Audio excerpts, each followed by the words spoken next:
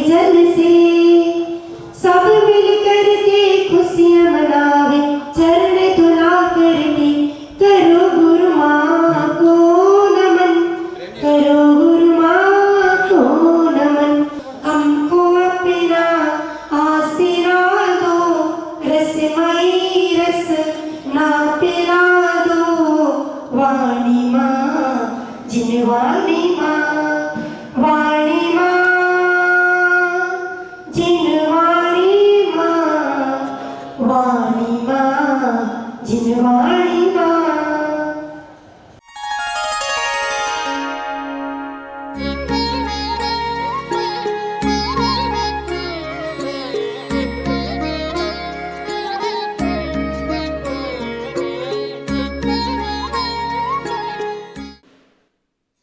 मार्ग पर श्रद्धा हो जाए, मार्ग पर चलना प्रारंभ कर दे। भले ही फ्लाइट से ना चले, ट्रेन से ना चले, बस से ना चले, छोटी गाड़ी से ना चले, दौड़ भी ना लगाए, पैदल ही चले,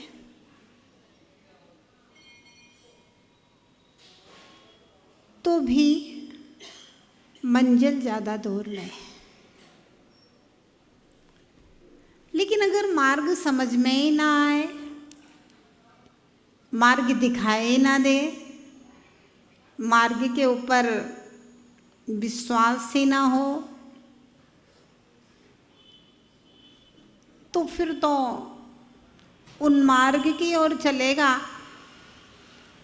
तो उल्टी मंजिल से दूरियां बढ़ जाएंगी। मंजिल से दूरियां बढ़ जाएंगे। और अभी तक यही होता है, मंजिल से दूरियां बढ़ती रही हैं क्योंकि मार्ग का ज्ञान नहीं है, मार्ग का श्रद्धा नहीं है। और चल तो रहे हैं, चलना तो कहीं ना कहीं है, बिना चले तो इंसान रह नहीं सकता। आत्मा के अंदर इंद्रचंद जी जो ज्ञान की धारा है, संकल्प विकल्प की धारा है, क्या उसको रोका जा सकता है अनिल भाई जी?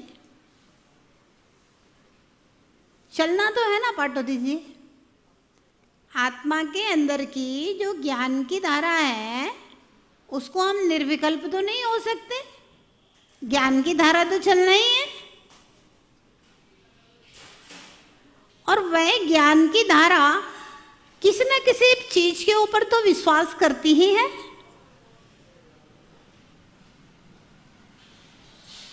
तो अभी तक सम्यक दर्शन, सम्यक ज्ञान और सम्यक चारित्र, जिसको हमने मोक्ष का मार्ग कहा था, कभी उसका ज्ञान नहीं हुआ, कभी उसका श्रद्धान नहीं हुआ, कभी उसकी ओर कदम नहीं बढ़ाया। और मिथ्या दर्शन, मिथ्या ज्ञान और मिथ्या चारित्र जो कि उन्मार्ग थे, मंजिल से दूर करने वाले थे, संसार के दुखों में भटकाने वाले थे, उनके ऊपर मैं बैठा रहा, उन मार्ग की ओर चलता रहा तो मंजिल से दूर रहा। और अब क्या करना है?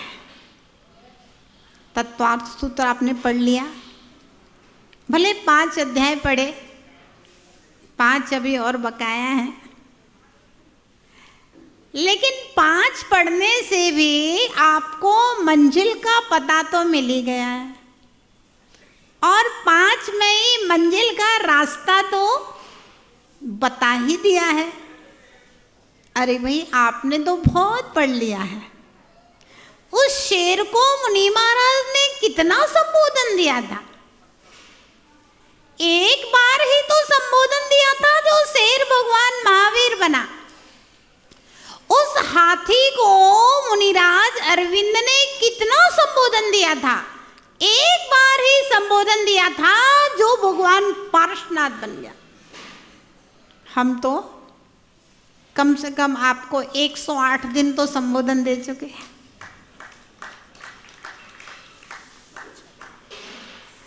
इतना सारा ग्रंथ पढ़ा चुके हैं, इतना सारा ज्ञान दे चुके हैं। जब हाथी को और शेर को मार्ग मिल गया और वे तीर्थंकर बन गए, तो भाई आप सब तो बुद्धिजीवी मनुष्य हैं, मार्ग मिल जाना चाहिए था। अब आप सोचो मार्ग मिला कि नहीं मिला? चीकू भैया, मार्ग मिला है या नहीं मिला है? मार्ग है, लक्ष्मी मिल गया। आप तो सोचिए, ठंडे दिमाग से विचार कीजिए। मुझे इस बात से मतलब नहीं है कि किसी व्यक्ति को समयसार की कितनी गाथाएं याद हैं, सटखंड आगम का वाचन किया है, तत्वार सूत्र के 10 अध्यायों के 357 सूत्र याद हैं कि नहीं है। इस बात से कोई प्रयोजन नहीं है। मेरा प्रयोजन मात्र इतनी सी बात से है, जो कि द्वादशांग जिनवाणी की सारभूत है। नान्यथा वादिनो जिनाह, बस इतना सा एक छोटा सा सूत्र है। मेरा प्रयोजन मात्र इतने छोटे से सूत्र से है। नान्यथा, बोलो भैया, नान्यथा वादिनो जिनाह, जिनेंद्र भगवान अन्यथा वादी नहीं होते हैं। बस इतना सा सूत्र पूरी द्वादशांग जिनवाणी में से, इतना तो सूत्र अगर हमारे हृदय में उतर जाए तो आपका मोक्ष मार्ग प्रारंभ हो जाए। विमान में भले ना बैठो, वाहन में नहीं बैठो, दौड़ भी मत लगाओ भैया, अगर इतना सा सूत्र जीवन में आ गया, नान्यथा वादिनो जिना, तो विश्वास है मुझे आप पैदल जरूर चलोगे। आप सुरेश भैया पैदल चलो, कोई दिक्कत नहीं है। अपने को वाहन की भी चाहत नहीं है और विमान की भी चाहत नहीं है, कम से कम पैदल तो चलो।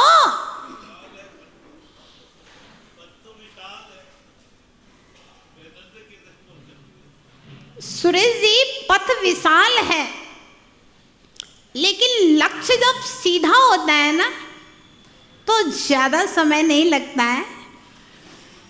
कछुआ और खरगोश की कहानी याद है ना? कछुआ बहुत जल्दी चलता था और मेले में जाने की दौड़ लगाई थी,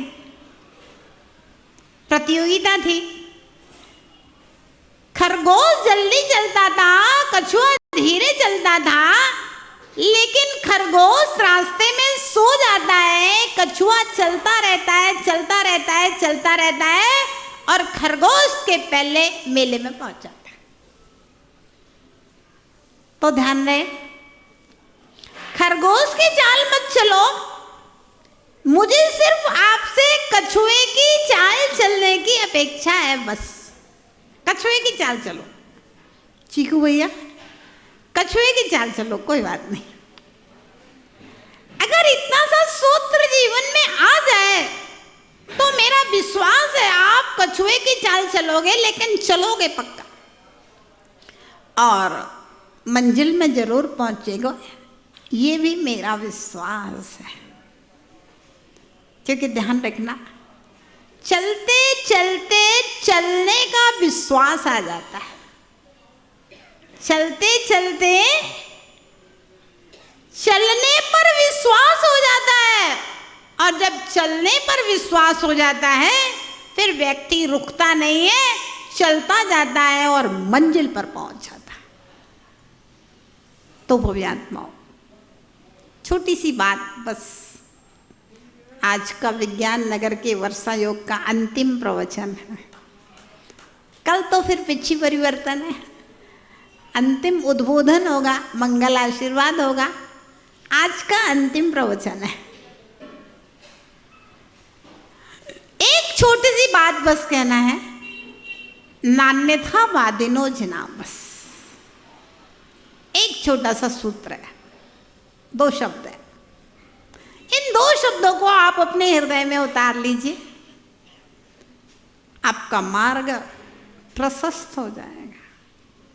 ध्यान रहे, मंदिर में आना ना तो माला पहनने के लिए आना, ना फोटो खिंचवाने के लिए आना, ना सम्मान के लिए आना, ना नाम के लिए आना। ये सब साइड बिजनेस, प्रॉपर बिजनेस नहीं है, प्रॉपर काम नहीं है, साइड की चीजें। किस लिए आना? नान्यथावादिनो जना। जिनेंद्र भगवान अन्यथावादी नहीं होते हैं और इनकी वाणी से मुझे सम्यक ज्ञान मिलेगा, इनकी भक्ति से मेरा सम्यक दर्शन प्रकट होगा। और चारित्र की क्षमता तो मेरी नहीं है चलने की, इनकी भक्ति के प्रसाद से मेरे अंदर चारित्र ग्रहण करने की क्षमताएं पैदा होंगी। गुरु के चरणों के प्रसाद से चारित्र प्रकट करने की क्षमताएं पैदा होंगी। इसलिए मोक्ष मार्ग पाने के लिए जिनालय में आना, सम्यक दर्शन पाने के लिए, सम्यक ज्ञान पाने के लिए, सम्यक चारित्र पाने के लिए नाम यही रह जाएगा। और जिसकी फोटोएं खिंचती हैं उसको अग्नि से जला दिया जाएगा। बोलो, सच्चाई है कि नहीं? नाम भी मिट जाएगा और जिसकी फोटोएं खिंच रही हैं उस शरीर को अग्नि से जला दिया जाएगा। आपकी फोटोओं को उतार करके जो नवीन पैदा होने वाली पीढ़ी है उनकी फोटोओं को टांग दिया जाएगा। आपके नाम मिटा करके आने वाली दूसरी पीढ़ी के नाम लिख दिए जाएंगे। इसलिए ये साइड बिजनेस है। नाम, फोटो, सम्मान, ये सब साइड की चीजें हैं। लेकिन अगर सम्यक दर्शन, ज्ञान, चारित्र मिल गया तो भैया वो आत्मा के साथ जाएगा और वह रत्नत्रय तुम्हें स्वर्ग और मोक्ष की यात्रा कराएगा। इसलिए नाम, सम्मान और फोटो नहीं, मुझे तो सम्यक दर्शन, सम्यक ज्ञान और सम्यक चारित्र चाहिए। इसके लिए यहाँ आना। और अगर आपका लक्ष्य सही रहेगा, नाम भी मिलेगा, फोटोएं भी मिलेंगी, सम्मान भी मिलेगा, साथ ही से पुण्य भी मिलेगा, प्रशंसा भी मिलेगी, यश कीर्ति होगा, सब होगा, कोई चीज बकाया नहीं रहेगी। और अगर लक्ष्य से भटक गए, साइड बिजनेस को प्रॉपर बिजनेस बना लिया आपने, लड़ाई झगड़े करोगे मंदिर में आके, कोर्ट कचहरियां करोगे भगवान के नाम पर, ना नाम मिलेगा, ना यश कीर्ति मिलेगी, ना सातिशय पुण्य मिलेगा, कुछ नहीं मिलेगा, सब कुछ मिट जाएगा तुम्हारा। भव्यात्मा